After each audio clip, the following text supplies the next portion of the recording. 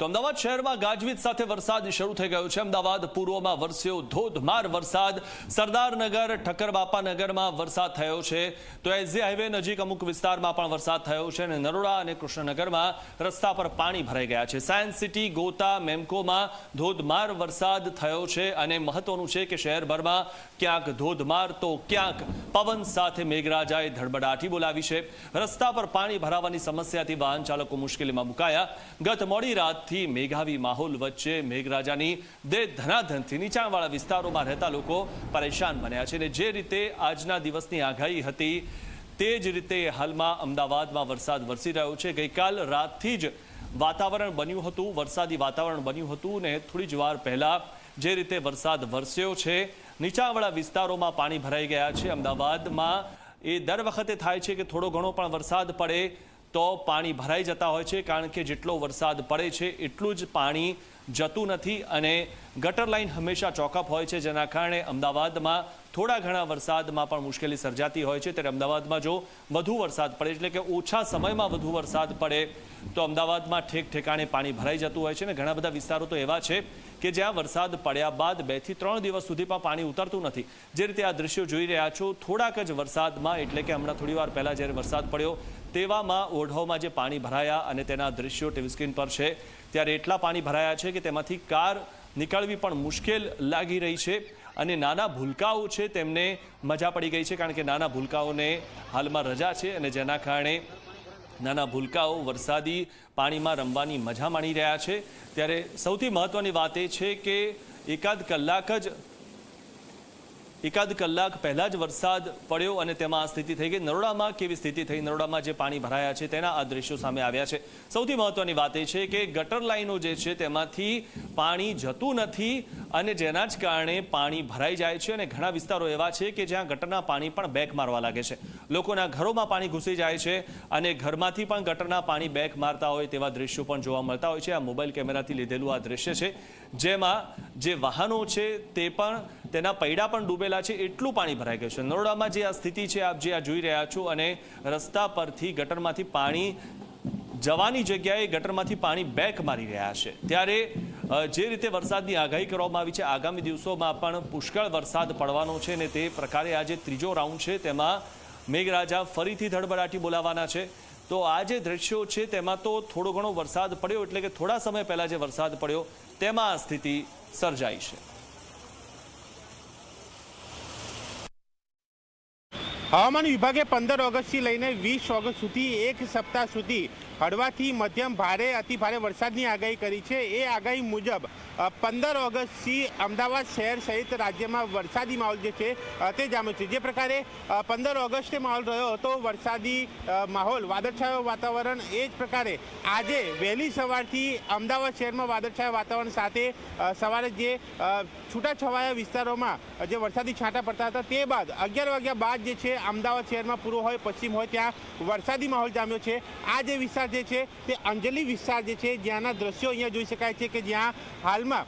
ભારે વરસાદ જે છે તે પડી રહ્યો છે। અંજલિ વિસ્તાર સાથે પાલડી વિસ્તાર, એલિસ બ્રિજ વિસ્તાર, આશ્રમ રોડ, પૂર્વ વિસ્તાર, પશ્ચિમ વિસ્તાર, લગભગ અમદાવાદમાં મોટાભાગના સ્થળો ઉપર હાલ ભારે વરસાદ જે છે તે નોંધાયો છે, જેના કારણે લોકોને એક ગરમીમાંથી ચોક્કસથી રાહત મળી છે। પરંતુ જે પ્રકારે આ વરસાદી બેટિંગ અમદાવાદ શહેરમાં શરૂ થઈ છે તેને જોતા ફરી એકવાર કેટલાક વિસ્તારોમાં વરસાદી પાણી ભરાવાની પણ શરૂઆત જે છે તે થઈ ચૂકી છે અને જે પ્રકારે આ દિવસનો માહોલ કે જ્યાં સમી સાંજ પડી હોય તે પ્રકારે અંધારપટ જેવો માહોલ જે છે તે અહીંયા છવાયો છે અને જે પ્રકારે હવામાન વિભાગે આગાહી કરી છે તે મુજબ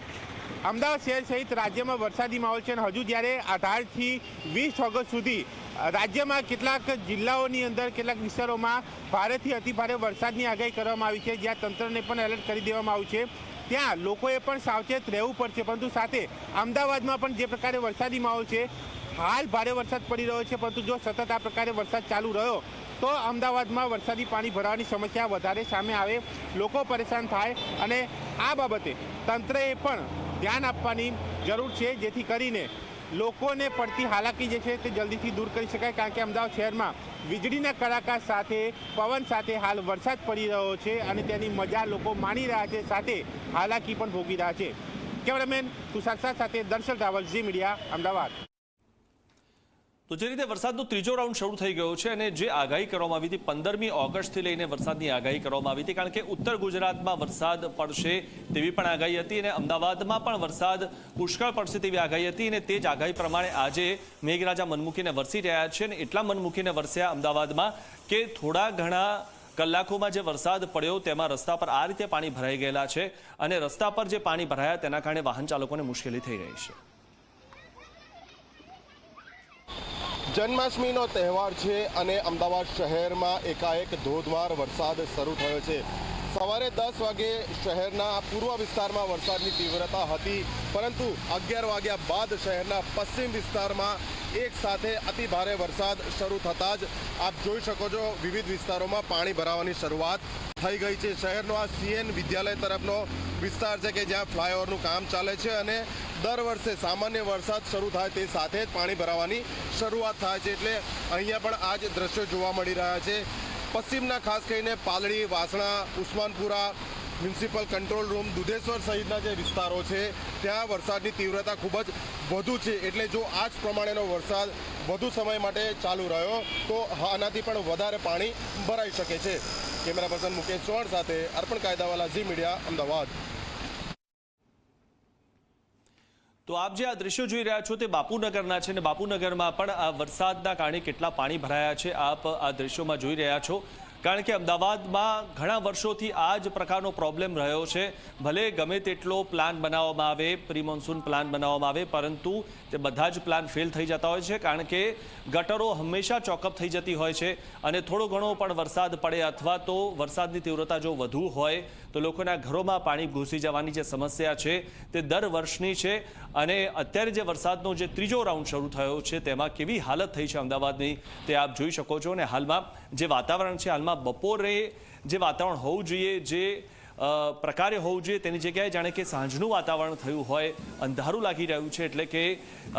વરસાદ જે છે તે હજુ પણ વધુ પડે તેવી શક્યતા જોવા મળી રહી છે, કારણ કે આગાહી પણ છે એક બાજુ અને બીજી બાજુ મેઘરાજા પણ મન મૂકીને વરસવાના મૂડમાં હોય તેવું લાગી રહ્યું છે. ત્યારે અમદાવાદમાં સવારે જે વરસાદ પડ્યો તેમાં જ આ પ્રકારની સ્થિતિ જોવા મળી રહી છે, તો દિવસ દરમિયાન વધુ વરસાદ પડશે તો શું થશે તે બાબતે પણ સવાલ થઈ રહ્યો છે, કારણ કે દરેક જગ્યાએ રસ્તા પર જે પાણી ભરાયેલા જોવા મળી રહ્યા છે જેના કારણે વાહન ચાલકોને મુશ્કેલી થઈ રહી છે. સાથે સાથે વધુ વરસાદ પડવાના કારણે રસ્તા પર જે પાણી ભરાયેલા હોય તે વધુ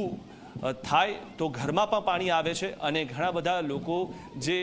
નીચાવાળા વિસ્તારોમાં રહેતા હોય છે તેમના ઘરમાં તો પાણી આવવાની સતત મુશ્કેલી થતી હોય છે. અને સૌથી મહત્વની વાત એ છે કે વરસાદી પાણી કરતાં પણ ગટરના પાણી ઘરમાં આવતા હોય છે, કારણ કે ગટરો ઉભરાતી હોય છે અને જેના કારણે ગટરના પાણી સતત લોકોના ઘરમાં આવવાની પણ સમસ્યા રહેતી હોય છે. તો સાયન્સ સિટી ગોતા મેમકોમાં ધોધમાર વરસાદ વરસ્યો છે અને અમદાવાદ શહેરમાં જે રીતે ગાજવીજ સાથે વહેલી સવારથી વરસાદ શરૂ થયો છે, છેલ્લા દોઢેક કલાક પહેલા વરસાદ શરૂ થયો હતો, એટલે કે તેની તીવ્રતા વધી હતી. સરદારનગર, ઠક્કરબાપા નગરમાં વરસાદ થયો છે, SG હાઈવે નજીક અમુક વિસ્તારમાં વરસાદ થયો છે, પરંતુ જે રીતે આગાહી છે આગામી દિવસોમાં પણ વરસાદ થવાનો છે અને આજના દિવસે પણ ભારેથી અતિ ભારે વરસાદની શક્યતા છે. ત્યારે સાયન્સ સિટી ગોતા મેમકોમાં પણ ધોધમાર વરસાદ નોંધાયો અને આજના દિવસભરમાં પણ અતિ ભારે વરસાદ થવાની શક્યતા વર્તાઈ રહી છે. ત્યારે હાલમાં જો આ પરિસ્થિતિ છે તો દિવસ દરમિયાન વધુ વરસાદ પડશે તો કેવી સ્થિતિ સર્જાશે તે બાબતે પણ એક ચિંતા ઉપજાવે તેવી સ્થિતિ છે, કારણ કે જે રીતે સિસ્ટમ સક્રિય થઈ છે અને વાતાવરણ પણ બન્યું છે. છેલ્લા ઘણા સમયથી મેઘરાજા જે હતા તેમણે વિરામ લીધો હતો, પરંતુ હવે ફરીથી મેઘરાજા મન મૂકીને વરસવાના મૂડમાં હોય તેવું લાગી રહ્યું છે, કારણ કે આજે ત્રીજો રાઉન્ડ છે તે ત્રીજો રાઉન્ડમાં વધુ વરસાદ આવે, એટલે કે શરૂઆતમાં જે રીતે મેઘરાજાએ જૂનમાં ધડબડાટી બોલાવી હતી તે જ પ્રકારનો માહોલ હાલમાં જોવા મળી રહ્યો છે. રસ્તા પરથી પણ આપ જોઈ રહ્યા છો સતત વરસાદ પડવાના કારણે ઘણી જગ્યાએ વાહન ચાલકોને પણ મુશ્કેલી નડી છે, તો ઘણી જગ્યાએ લોકો ઘરની બહાર નથી નીકળી શક્યા એટલો વરસાદ હાલમાં પડી ગયો છે.